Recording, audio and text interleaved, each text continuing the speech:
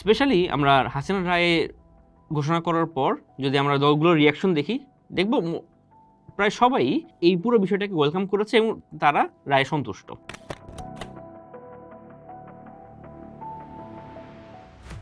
2024 সালে জুলাই গণঅভ্যুত্থানের সময় সংঘটিত মানবতা বিরোধী অপরাধের দায়ে শেখ হাসিনা সাজা আছে ঘোষিত হয়েছে। আন্তর্জাতিক অপরাধ ট্রাইব্যুনাল শেখ হাসিনাকে ফাঁসির আদেশ দিয়েছে।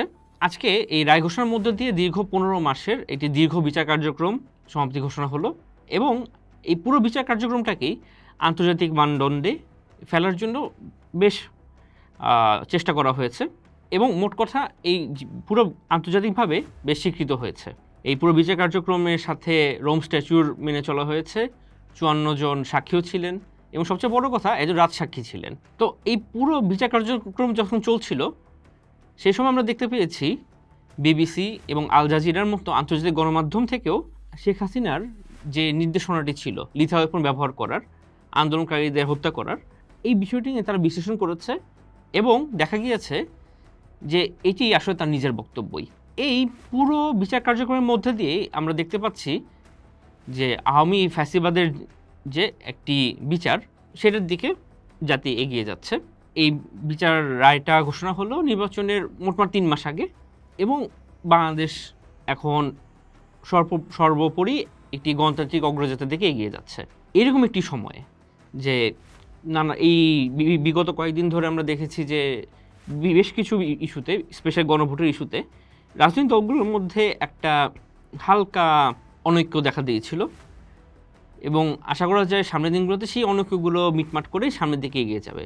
স্পেশালি আমরা হাসিনা রায়ে ঘোষণা করার পর যদি আমরা দলগুলোর রিয়াকশন দেখি, দেখব প্রায় সবাই এই পুরো বিষয়টাকে ওয়েলকাম করেছে এবং তারা রায়ে সন্তুষ্ট। তো এখনও আমরা যদি চিন্তা করে দেখি এর রাজনৈতিক ইমপ্লিকেশন কী হইতে পারে।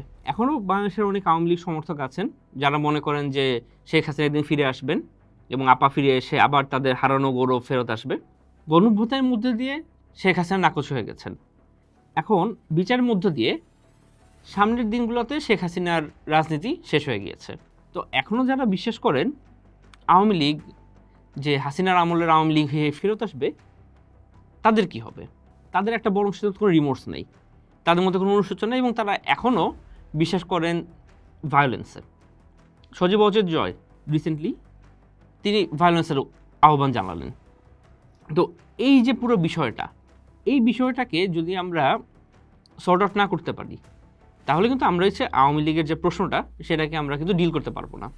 বাংলাদেশের রাজনীতিতে এখনও অনেকে বিশ্বাস করেন যে আওয়ামী লীগের মতো একটা দল যাদের এত বড় একটা সময় ধরে রাষ্ট্র ক্ষমতায় থাকার অভিজ্ঞতা আছে এবং যাদের গ্রাসরুট পর্যন্ত একটা ভিত্তি রয়েছে, সেসব বিশ্লেষকদের কিন্তু একটা বিষয় মাথায় রাখতেই হবে যে সামনের দিনগুলোতে যদি কখনো রিফাইন্ড আওয়ামী লীগ বা অন্য কোনো নামে আওয়ামী পন্থী রাজনীতি ফেরত আসেও, তাহলে সেটার কাণ্ডারি হিসেবে শেখ হাসিনা বা শেখ পরিবারের কাউকে দেখার আসলে খুব একটা সুযোগ নেই। Sheikh Hasina is a gone case and Hasina's Awami League is also a gone case. এই যে রিফাইন্ড আওয়ামী লীগ বলেন বা যাই বলেন বা আওয়ামী পন্থার যে নতুন কোনো রিব্র্যান্ড যদি হয়, এই পুরো বিষয়টাকেই কিন্তু একটা রিকনসিলিয়েশন বা অনুশোচনার মধ্যে দিয়ে আসতে হবে, তাদের প্রপারলি বিচার হতে হবে এবং তারপর যদি তাদের কোনো রাজনৈতিক ভবিষ্যৎ থাকে সামনের দিনগুলোতে, সেটা ভবিষ্যৎ বলে দেবে। বাট অ্যাট দিস মোমেন্টে আওয়ামী লীগের সমর্থকরা যেভাবে এই 13 তারিখের আগ পর্যন্ত বিভিন্ন জায়গায় ককটেল ফাটিয়েছেন, আগুন দিয়েছেন বা নাশকতার চেষ্টা করেছেন, এইভাবে আসলে সামনের দিনগুলোতে Awami League as we know it, এটা আসলে কোনো অস্তিত্ব থাকতে পারে না। বাংলাদেশ সামনের দিনগুলোতে এটি গণতন্ত্রের অগ্রযাত্রায় চলে যাচ্ছে এবং সামনে হোপফুলি আগামী ফেব্রুয়ারিতে একটি জাতীয় ইলেকশন হবে এবং জাতীয় ইলেকশনের সাথে সাথে একটা গণভোটও হয়ে যাবে।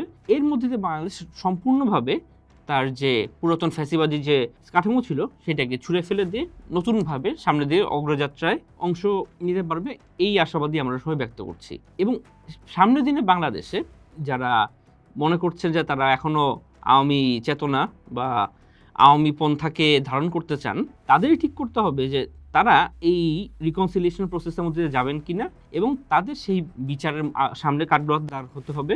শেখ হাসিনাকে কিন্তু হয়তো আমরা দেখতে পাবো যে সামনের দিনগুলোতে বিচারের কাঠগড়ায় আমরা দাঁড় করতে পারছি না আন্তর্জাতিক মারপ্যাচের কারণে, কিন্তু এখনও বাংলাদেশের যে রাজনীতি, সেই রাজনীতি থেকে পুরোপুরিভাবে আমরা ফ্যাসিবাদী হ্যাংওভার সেটাকেও যদি আমরা দূর করে দিই, সামনের দিনে এগিয়ে যেতে পারি, সেটাই হবে 24-এর যে আমাদের চেতনাটা, সেই চেতনার পরিপূর্ণ বাস্তবায়ন।